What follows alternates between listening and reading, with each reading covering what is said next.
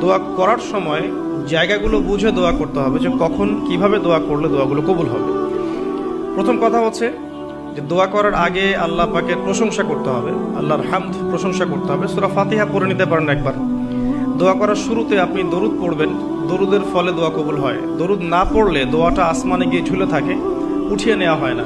যখন দরুদ পড়া হবে তখন দোয়াটা উঠিয়ে নেওয়া হবে। দোয়া করার কিছু টেকনিক আছে, যে কিভাবে কি দোয়া করলে কবুল হবে, কখন দোয়া করলে কবুল হবে, এগুলো বুঝে দোয়া করতে হবে। অনেকেই বলে দোয়া করেই যাচ্ছে কবুল হচ্ছে না। কিছু বিষয় আছে হয়তো এই কারণে হচ্ছে না, হয়তো বা আল্লাহ পাক চাচ্ছেন এটা আপনার জন্য পরে পাওয়া উত্তম, সেই জন্য আপনি এখন পাচ্ছেন না। হয়তো বা আল্লাহ পাক আপনাকে পরকালে দিবেন বলে জমা রেখেছেন, হয়তো এই জন্য পাচ্ছেন না। অথবা হয়তো আপনার আকীদায় শিরক আছে, হয়তো এই জন্য হচ্ছে না। হয়তো বা আমলে বেদায়াত আছে, এই কারণে হচ্ছে না। অথবা আপনার রিজিকে কোনো হারাম কিছু আছে, মেবি এই কারণে আপনার দোয়া কবুল হচ্ছে না। অথবা আপনি তাড়াহুড়া করছেন। তাড়াহুড়ার ব্যাখ্যায় নবী সাল্লাল্লাহু আলাইহি ওয়াসাল্লাম বলেছেন যে মানুষ বলে আমি দোয়া করেই গেলাম, আমার দোয়া কবুল হলো না। তো আমরা জেনে নিব যে কোন কোন জায়গায় কিভাবে দোয়া করলে দোয়া কবুল হবে। এই বইটার মধ্যে সবই দেয়া আছে, হিসনুল মুসলিম বইটার মধ্যে।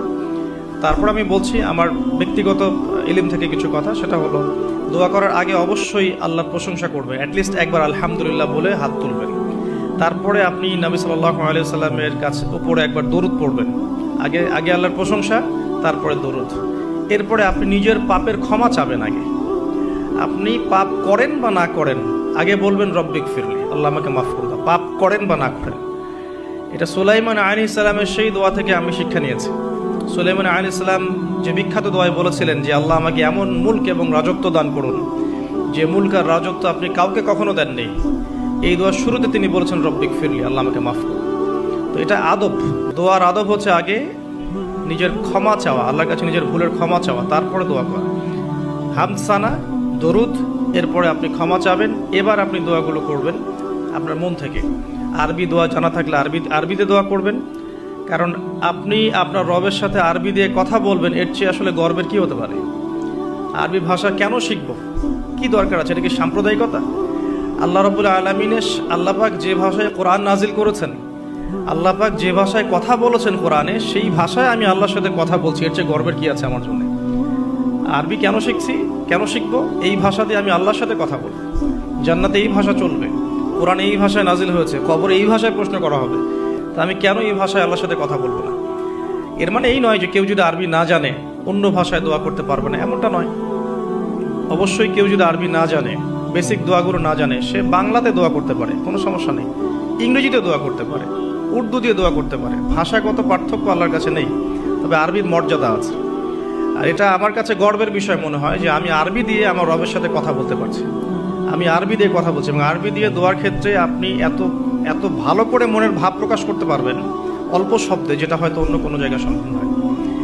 এরপরেও আমি বলবো যে মাতৃভাষায় মানুষের মনের ভাব প্রকাশের ক্ষেত্রে সহজতা আছে। যদি কেউ আরবি না জানেন, সেক্ষেত্রে মাতৃভাষাতেই বেশি বেশি দোয়া করবেন, চলতে ফিরতে দোয়া করবেন। নির্দিষ্ট সময়েই দোয়া করতে হবে এমন নয়। রোজা রেখে সারাটা দিন যখনই আপনার মন চাচ্ছে, মনের মধ্যে একটা কিছু চাহিদা আসছে, আপনি দোয়া করে ফেলবেন। নবী সাল্লাল্লাহু আলাইহি ওয়াসাল্লাম বলেছেন, যদি তোমাদের কারো জুতার ফিতাও ছিঁড়ে যায়, সে যেন সেই ফিতাটাও আল্লাহর কাছে চেয়ে নেয়। প্রতিটা বিষয় আল্লাহর সাথে শেয়ার করতে হবে। আল্লাহ, আমার চাকরির দরকার, আমার রিজিকের সমস্যা, আমার পারিবারিক সমস্যা, আমার ব্যবসায়ের সমস্যা, আমার ইলম অর্জন করতে চাই, আল্লাহ আমাকে ইলম দান করো। আল্লাহ, আমি শারীরিকভাবে অসুস্থ। বিভিন্ন রকম সমস্যা আমরা জর্জরিত আছি। প্রত্যেক মানুষের কোনো না কোনো সমস্যা আছে। সমস্যা থাক বা না থাক, দোয়া করতেই থাকতে হবে। যে ব্যক্তি সুখের সময় বেশি বেশি দোয়া করে, আল্লাহ পাক দুঃখের সময় তার দোয়া বেশি কবুল করেন, এমনটা হাদিস এসেছে। যে ব্যক্তি সুখের সময় ভালো আছে, এখন আমার ফিজিক্যাল আমি ফিট, এখন আমি আল্লাহ পাকের অসীম নিয়ামতের মধ্যে আছি, বাড়ি গাড়ি, টাকা করি, আত্মীয় স্বজন, স্ত্রী সন্তান সবই আছে, আমার কোনো কিছুর অভাব নাই। এরকম সুখের সময় যে ব্যক্তি বেশি বেশি দোয়া করবে, ইস্তেগফার করবে, ক্ষমা চাবে, আল্লাহ পাক দুঃখের সময় সেই বান্দার পাশে থাকবেন ইনশাআল্লাহ। আর সবচেয়ে বড় দুঃখের দিন তো কিয়ামতের দিন। আল্লাহ পাক সেদিন ইনশাআল্লাহ আমাদের সাথে থাকবেন ইনশাআল্লাহ তাআলা। দোয়ার আগে এই আদবগুলো মেনটেন করবেন। বাংলা ভাষায় দোয়া করেন যদি আরবি না জানেন। আর আরবি জানার দিকে আমি বেশি জোর দিচ্ছি, আরবি জানলে বেশি ভালো হয়। হিসনুল মুসলিম বইটা সাজেস্ট করলাম। এবং দোয়া করার কিছু টাইম আমি বলছি, যে এই সময়গুলো আপনি বেশি বেশি দোয়া করতে পারেন। রোজা রেখে সারাদিন দোয়া করতে পারেন যে কোনো সময়, স্পেশালি নামাজের সেজদায় একটা সেজদাও যেন বাদ না যায় যেখানে আপনি কোনো দোয়া করেন নাই। অ্যাটলিস্ট আপনি কিন্তু সেজদায় তাসবিহ পড়েই বলতে পারেন, আল্লাহুম্মা আতিনা ফিদ দুনিয়া হাসানা ওয়া ফিল আখিরাতি হাসানা ওয়া কিনা আযাবান নার। আল্লাহুম্মা আইন্নি আলা যিকরিকা ওয়া শুকরিকা ওয়া হুসনি ইবাদাতিক। যে কোনো দোয়া। আল্লাহুম্মা আনতাস সালাম ওয়া মিনকাস সালাম ফাহাইয়িনা রাব্বিনা বিস সালাম। আল্লাহুম্মা ইন্নী আসআলুকাল হুদা ওয়াত তুকা ওয়াল আফাফা ওয়াল গিনা। কত দোয়া আছে।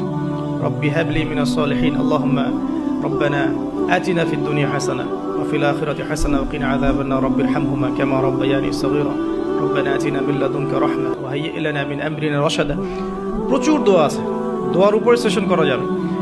আপনি সেজদায় বেশি বেশি দোয়া করেন, মিনিমাম 1টা 2টা 3টা করে দোয়া করার চেষ্টা করেন। যদি আরবি না জানেন, আপনি নফল নামাজে, সুন্নত নামাজে বাংলাতেও দোয়া করলে ইনশাআল্লাহ কবুল হবে। আল্লাহ পাক সমস্ত ভাষাই বোঝেন ইনশাআল্লাহ তাআলা। সেজদায় দোয়া করেন বেশি বেশি। আমি সাজেস্ট করবো যে রমজান মাসে আপনি 2 আজানের মাঝখানে দোয়া করবেন। আজান হয়েছে, আজানের সময় দোয়া করলে দোয়া কবুল হয়ে যায়। আজান এবং একামতের মাঝখানে দোয়া করলে দোয়া কবুল হয়ে যায়। রমাদান মাসে লাইলাতুল কদর আছে, শেষ দশকের বেজর রাতগুলোর মধ্যে আমরা একে পাবো। যদি কেউ লাইলাতুল কদর পেয়ে যায়, সেই রাত্রে যে দোয়া করবে সেই দোয়াগুলো কবুল হবে ইনশাআল্লাহ তাআলা। কাউকে ইফতার করানোর পর দোয়া করলে দোয়া কবুল হতে পারে ইনশাআল্লাহ। দান সাদাকা করার পর দোয়া করলে দোয়া কবুল হতে পারে ইনশাআল্লাহ। হয়তো বৃষ্টি হচ্ছে, আপনি বৃষ্টি দেখে দোয়া করলেন, দোয়া কবুল হবে ইনশাআল্লাহ। দোয়া কবুলের অনেক সময় আছে, অনেক মুহূর্ত আছে, অনেক আদব আছে। এগুলো আমি সাজেস্ট করে দিয়েছি, বইটার নাম হিসনুল মুসলিম। এই বইয়ের মধ্যে সব কিছু লেখা আছে, আপনারা একটু পড়ে নেবেন। আমি এখানে বেশি টাইম দিলে পর্দাগুলো কভার করতে পারবো না। আল্লাহ পাক আমাদেরকে বেশি বেশি দোয়া করার তৌফিক দান করুন।